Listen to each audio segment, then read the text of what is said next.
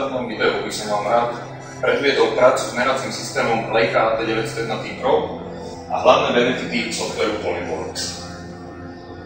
Meranie budeme vykonávať na reálnom dieli, na reálnej aplikácii. Je to priamo diel zo ZTS, takisto všetky podklady sú priamo zo ZTS, takže radi by sme demonštrovali dĺžku reálneho merania tohto meracieho systému. Meranie sme si vopred pripravili, avšak toto je najbežnejšia aplikácia, a to opakované meranie rovnakej série. Momentálne budem výlučne používať meraciu sondu od Leica Geosystems, je to tzv. Sonda T-Pro.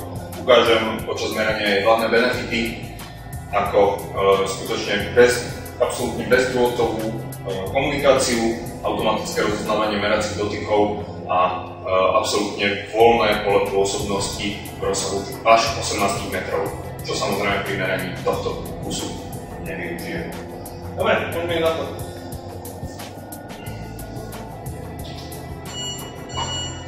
Pretože som merací systém a diel voči sebe nejakým spôsobom nepolohoval a využil som úplne obecnú pozíciu, tak musím najskôr softvérovo tieto dva diely zladiť do jedného súrodného systému. Toto všetko zabezpečí softvér úplne automaticky. Ja len na začiatku musím vykonať niekoľko jednoduchých meraní, kde si bohužiaľ musím pamätať to správne poradie.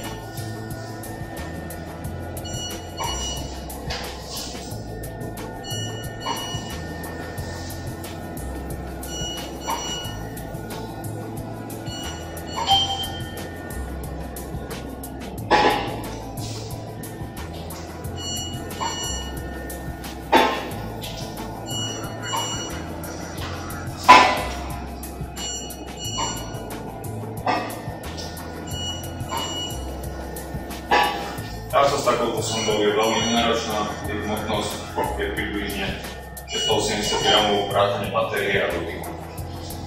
Čo je veľmi dôležité, v odmeraní troch základných rovín hneď môžeme prejsť kvázi ostrému meraniu, kde software ma automaticky vyzýva na to, aby som meral konkrétnu časť s konkrétnym nastavením tohto dotyku. Skutočne za jazdy, bez toho, aby som systém akýmkoľvek spôsobom setupoval alebo vypínal.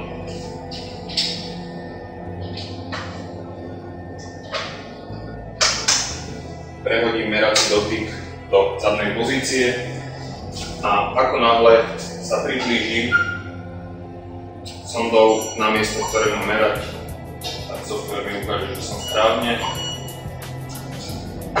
a môžem toto meranie aplikovať.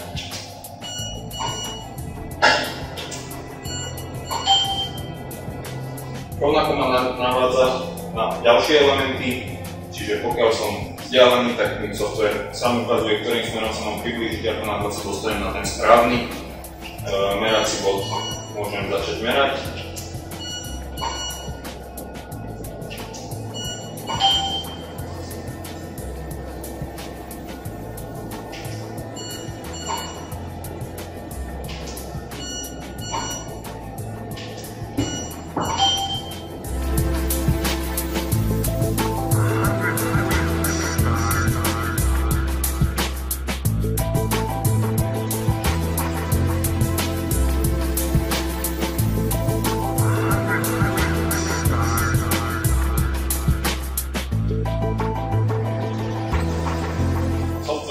Opäť vyzval, aby som zmenil konfiguráciu sondy, takže za jazdy môžete prerodiť a pokračovať v meraní. Systém automaticky rozozná správnu konfiguráciu a umožní mi merať ďalej.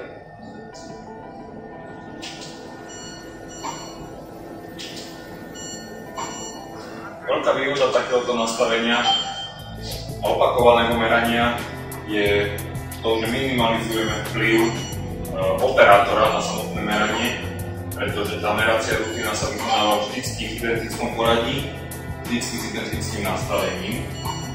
To znamená, chyba operátora mi do celkovej neistoty merania vplyva skutočne minimálne.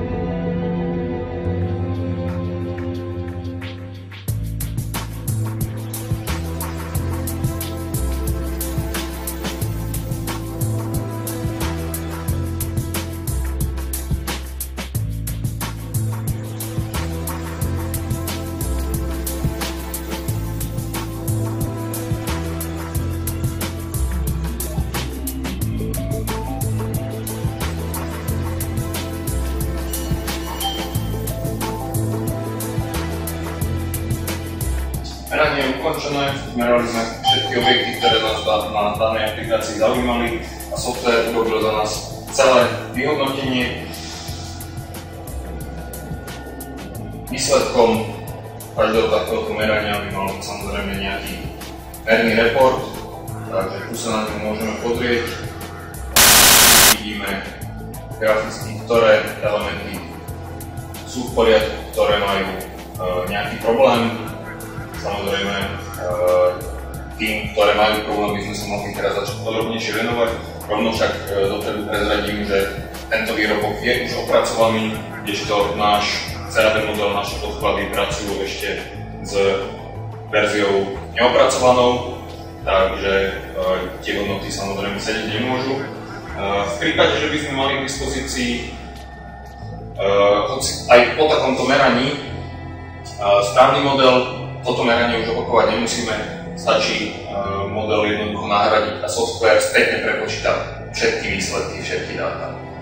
Čas celkového merania bol napriek tomu veľmi krátky, tá obsluha je skutočne jednoduchá a úprimne veríme, že by to prinieslo výrazné zvýšenie efektivity a možnosti meraní.